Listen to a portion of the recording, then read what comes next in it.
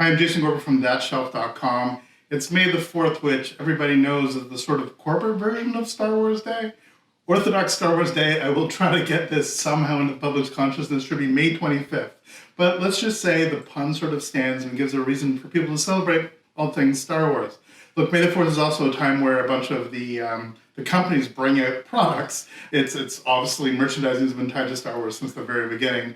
But this one's been a little bit more fun than usual. Lego obviously comes out with some really terrific stuff during this time period. This time they're coming out with Bus. And what I thought I would do is do the Bust-A-Move version of May the 4th. We're going to look at various Bus through the history of Lego, as it were. So I'm going to start actually weirdly with a non-Lego one. I'm going to start with this. This is a puzzle that came out back in 1999. Not Lego, but it does a really nice job of sitting on top of my piano, which is a bunch where all the rest of the bus stand, because that's where one should put their bus. It's actually a puzzle. It's these individual sort of cards that you sort of plot through. I really kind of like this. And while it's not quite Lego, it's certainly a building experience. And I've always enjoyed the way that this sort of 3D Darth Vader has looked. Which brings us to this little guy. This actually came out, I believe it was a celebration in Chicago last year, or was it 2 years ago? It's all blending together. But this was an exclusive product that was there. It was also sold at Target in the US for a very brief period of time. But this little tiny Darth Vader bust is a relatively recent construction. You can see that the detail is actually quite exquisite, the way that modern builds tend to be. But it's very tiny. There was another one that they had, one of the red stormtroopers, I forget what they're called. It's not Death Troopers, but it's something else ridiculous from episode 9. There was one that's very exclusive that came out of one of the Comic-Cons, which is very difficult to get. But honestly, the one that I really wanted was Darth Vader in it. So here's Darth Vader. And then we have this guy. The obnoxious sound. If we show this Darth Maul, this is one of the original big sets. This and the Tantive 4, which is Princess Leia's ship, came out as the first of, along with the X-Wing and TIE Interceptor, came as the first of the big sets that you could build. And I actually recently just rebuilt this for the first time in probably 20 years. And I forgot how much more challenging the instructions were back then. It's a top-level build. You're sort of building it in weird sort of strategic ways.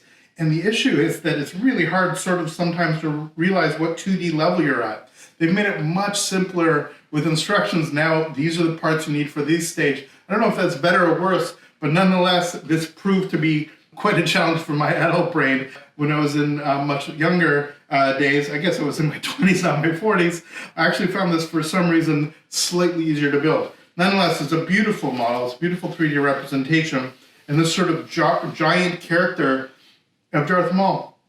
I'm reminded of that when I saw episode 1 in theaters, and I was in line with a bunch of lunatics at the York Cinema here in Toronto, somebody had showed up with a tattoo of Darth Maul on them in preparation for the film. Here we thought this was going to be the new big bad guy. This would replace the Darth Vader and sort of be through the series. And everybody knows sort of what happened to him at the end of episode 1.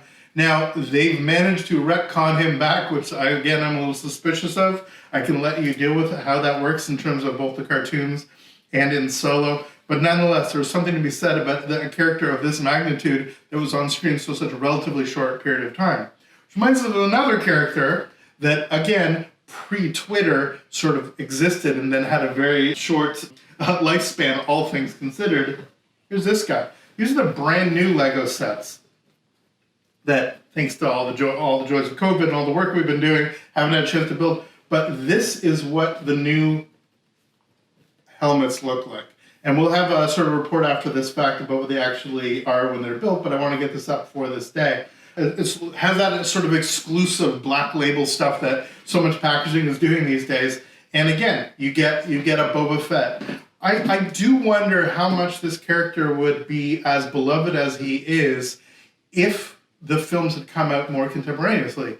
Given the fact that he shows up in Empire Strikes Back, he has a bunch of stuff to do, and then he shows up in Jedi and is wiped out pretty immediately. Now, I know people have had many ways, again, of bringing him back to life from the Sarlacc pit, but nonetheless, there was less sort of complaining about, like, what's going on? Why is Snoke getting taken out so quickly? That sort of stuff. But I think that this is going to be quite fun to build. They came out with 3 in the series. The other one is also, I think, quite lovely. This is a Stormtrooper, regular, everyday, generic Stormtrooper. Again, if you look at how it's actually structured, it's using basically a very similar techniques. It's the way they would make spheres is that you have studs on all sides. You basically create a core out of Lego with studs pointing out so that you can actually create this kind of 3D set. I really look forward to this. And this one, I mean, some people I think online were a little bit surprised that this was the other helmet they do, but I've actually really loved this helmet right back to 1977. This is the TIE Pilot helmet. Now, I liked it because I liked the idea that you actually had these sort of variations of stormtroopers.